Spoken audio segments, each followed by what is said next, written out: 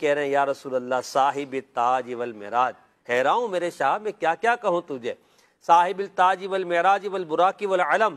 کیا کیا کہوں تجھے، دافع البلاء والوباء والقحط والمرض والالم، اور کیا کہوں تجھے، اسمہ مکتوب مرفوع مشفوع منقوش فی اللوح والقلم، میرے آقا حیران ہوں میں کیا کیا کہوں، سید العرب والعجم، جسمہ مقدس معطر مطہر منور فی البیت والحرم، حیران ہوں میرے شاہ میں کیا کیا کہوں تجھے، شمس الضحیٰ بدر الدجا صدر العلا نور الہدا کافی الورا مصباح الظلم،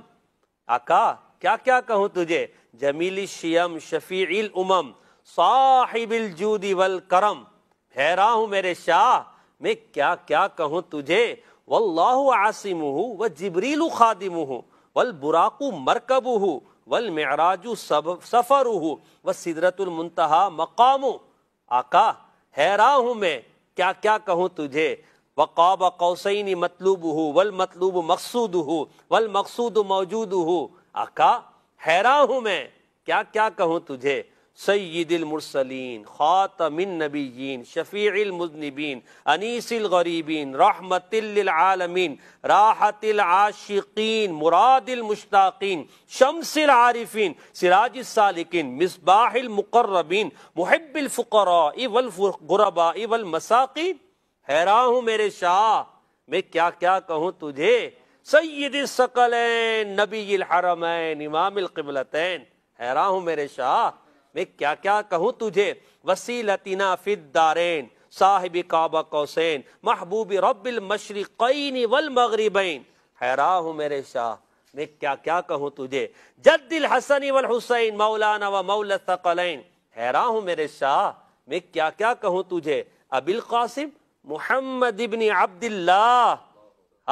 نور من نور اللہ، کیا کیا کہوں تجھے، اور پھر اعلیٰ حضرت نے کہا نا تیرے تو وصف عیب تناہی سے ہے بری، آقا آپ کے اوصاف اتنے بیان کرنے کے بعد بھی یہ ہے کہ یہاں بس نہیں ہے، انتہا نہیں ہے کہ بس یہی ہے، نہیں بلکہ یا ایھا المشتاقون بنور جمالہ،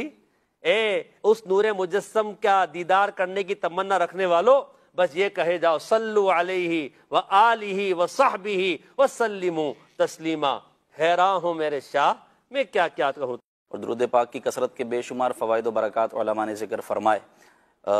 جیسا کہ نبی پاک صلی اللہ علیہ وسلم نے ارشاد فرمایا، قیامت کے دن اس کی دہشتوں اور دشوار گزار گھاٹیوں سے جلد نجات پانے والا وہ شخص ہوگا جس نے دنیا میں مجھ پر زیادہ درود پڑھے ہوں گے۔ سبحان اللہ۔ تو آخرت کا جو معاملہ ہے نا، یہ جو